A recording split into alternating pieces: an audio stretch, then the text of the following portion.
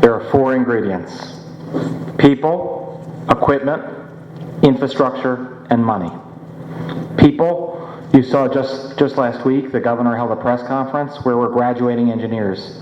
You can't run trains without engineers, and for years there have been disinvestment in hiring our engineer ranks. We can't operate if we don't have people. Equipment's the next major issue. When you get those delay alerts from New Jersey Transit that say what's going on, right? If it's not a personnel issue, it's an equipment or mechanical failing. We're operating equipment that's more than 40 years old, right? And to address that, our board authorized $620 million in new multi-level vehicles to replace our oldest fleet. On Monday, we'll be receiving a new articulated bus, and over the course of next year, we'll be receiving 85 of them. Why that matters is because our riders in Edgewater, in other places across the state, they're riding on articulated buses that are 16 years old. Those buses are only meant to last 12 years, right? And that contributes to your reliability as a system. But it's really the infrastructure, the bus and rail and light rail infrastructure, and the invisible infrastructure that people don't see, that greatly impacts our ability, right? Because we can change all the fleet out. We could put in comfortable seating with USB ports, right? But if we don't have a substation to power that catenary, we've got big problems, right? And so we've done a few things to try to innovate and expedite delivery. You know, one of those things is we signed a joint development agreement with Public Service Electric and Gas.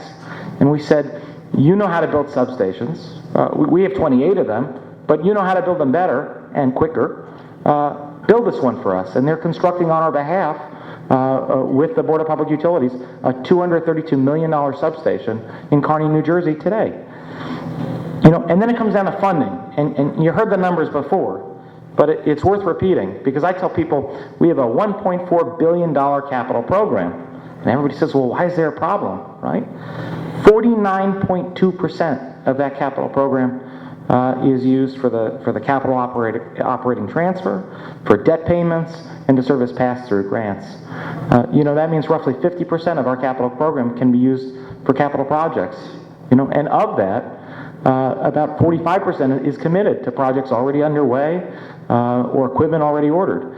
And so, you know, funding is a key ingredient in all of this. And whether it's the Transportation Trust Fund or it's reliably the Federal Transit Administration and the formula funding we receive and the competitive opportunities and opportunities like Portal Bridge, like other critical investment that needs to happen, right? If Kevin were here, he'd be thanking Bob and Joe and Stephen from the first panel, you know, who talked about the need for reliable funding to support transportation. So that kind of leads to